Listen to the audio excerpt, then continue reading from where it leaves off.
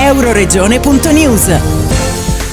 91esima Fiera regionale dei vini di Buttrio taglia il traguardo della sua 91esima edizione, la più antica manifestazione noica del Friuli Venezia Giulia. La Fiera regionale dei vini di Buttrio, in scena dal 7 al 9 giugno nella suggestiva cornice di Villa di Toppo Florio con il suo parco archeo-botanico. Protagonisti i vini autoctoni della regione abbinati a proposte enogastronomiche ed intrattenimento. La fiera è stata presentata in Regione Udine con interventi del sindaco di Buttrio Eliano Bassi, del presidente uscente della Proloco Buri Federico Toffoletti, dell'assessore regionale Sergio Emediobini, del direttore della filiale Civibank di Buttrio Alberto Comisso e del consigliere della Camera di Commercio di Pordenone Udine Filippo Meroi, in rappresentanza del presidente Giovanni da Pozzo. In 82 gli eventi in programma in 3 giorni tra vini e degustazioni, gastronomia, cultura, mostre, appuntamenti per famiglie, visite guidate e spettacoli. Sono 105 le etichette di vini autoctoni alle quali si aggiunge il banco Bolle Ribolle di Buttrio. La fiera del vino di Buttrio è sicuramente un evento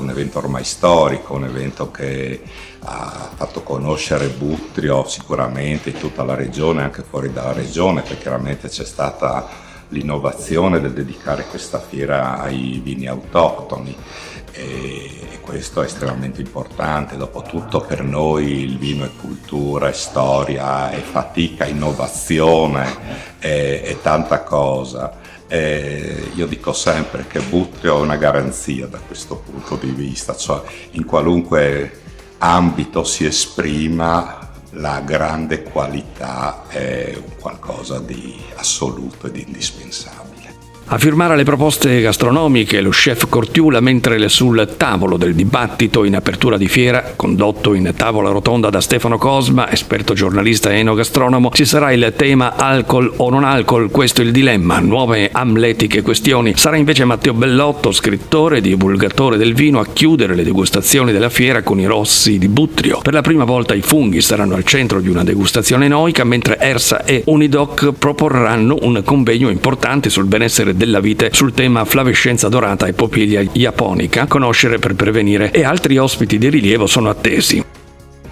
Sì, direi che c'è una grossa novità anche dal punto di vista, diciamo, di show cooking particolari e anche di degustazione di vini particolari con Michele De Pasta, il Don Pasta, diciamo così, in arte Don Pasta appunto, che verrà domenica a procurare, diciamo così, delle novità. Viene dal Salento sostanzialmente e viene molto spesso anche in Friuli per presentare vini eccetera, ed è molto conosciuto perché è un DJ ecologista e con altre caratteristiche sostanzialmente, e che abbiamo avuto modo di coinvolgerlo anche in questa novità che quest'anno fa parte appunto degli 82 eventi che abbiamo programmato per questa occasione. Tra le attività collaterali, le visite guidate a Villa di Toppo Florio, al Museo della Civiltà del Vino, al Lapidarium e al Parco Archeo-Botanico della Villa, visite alla Villa Dragoni, al Campanile di Buttrio e ancora incontri in vigna, uscite in quad sulle colline e raduno di autostoriche. Lo spazio culturale della fiera è riservato al Premio Letterario Nazionale di Poesia e Narrativa, curato dal poeta e romanziere Maurizio Mattiuzza. Di arte visiva si potrà godere con la mostra fotografica Sguardi di vini dal Novecento ad oggi e la mostra di elaborati delle scuole locali. A completare il ricco cartellone gli spettacoli di giocoleria circense, i gruppi musicali e ciliegina finale sulla torta, il ritorno dei fuochi artificiali sempre bellissimi ma silenziosi.